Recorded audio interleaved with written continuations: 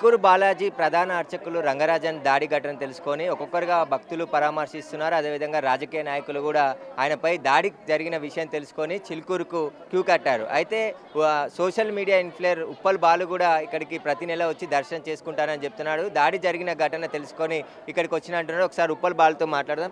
ఏంది అసలు ఎప్పుడెప్పుడు వస్తుంటారు ఈ గుడికి? నేను ప్రతి నెలకు వస్తాను. నాకు ఈ బాలాజీ టెంపుల్ అంటే చాలా నమ్మకం. ఎందుకంటే ఇక్కడ ఏమైనా కోరికలైనా నిజమైతే ఇంతకుముందు నేను 2 కోరికలు మొక్కాను. నాకు ఎప్పుడు వచ్చినా కంపల్సరీ నా అనుకున్న గోల్ అన్నట్లు నేను ప్రతి నెల వస్తాను. అంటే నాకు ఏమన్నా బాధ ఉన్న ఏమైనా జరిగిన వస్తాను.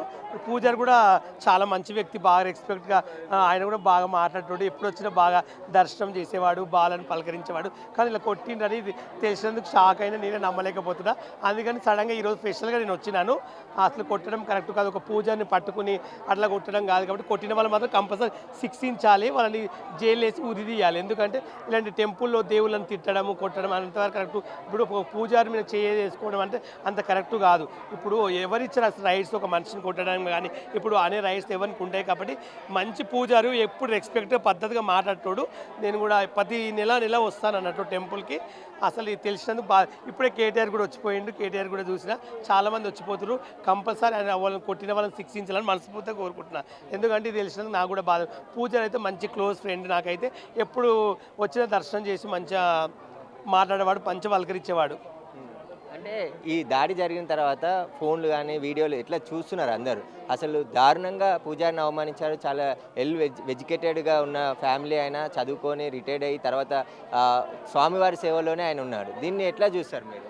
అంటే అంత ఎడ్యుకేషన్, ఇప్పుడు ఎడ్యుకేషన్ అనేది ఎవరు చూడరు. ఇప్పుడు ఆయన ఎడ్యుకేషన్ అనేది చదువుకొని కాదు, ఒక పూజారి కాబట్టి మనం గౌరవించాలి. దేవునితో సమానం. ఇప్పుడు పూజారి అంటే ఒక దేవునికి పూజ చేస్తుంటే పూజారు. ఇప్పుడు అందరికీ అదృష్టం ఉండదు. ఇప్పుడు నేను ఉన్నాను, నేను దేవుని పూజ చేయమంటే చేయలేను కదా. ఇప్పుడు నా వృత్తి నేను చేయగలుగుతా. ఆయనకు ఆ అదృష్టం కలిగిందంటే ఆయన దేవుంది అదృష్టమైన. కానీ అట్లా కొట్టి హింసించడము అలా చేయడం ఎంతవరకు అయితే నిజంగా చాలా తప్పు అన్నట్లు. ఒక పూజారిని కొట్టడం నాకైతే నచ్చలేదు. ఎందుకంటే అంత మంచి వ్యక్తిని ఆయన ఏమన్నాడు, ఏమన్నా దోచుకున్నాడా, లేక ఏమైనా బంగారం నుంచి ఏమైనా దోచుకున్నాడా, ఏమైనా పూజలు ఎత్తుకపోయిండా, లేదా ఏమైనా మోసం చేసిండా?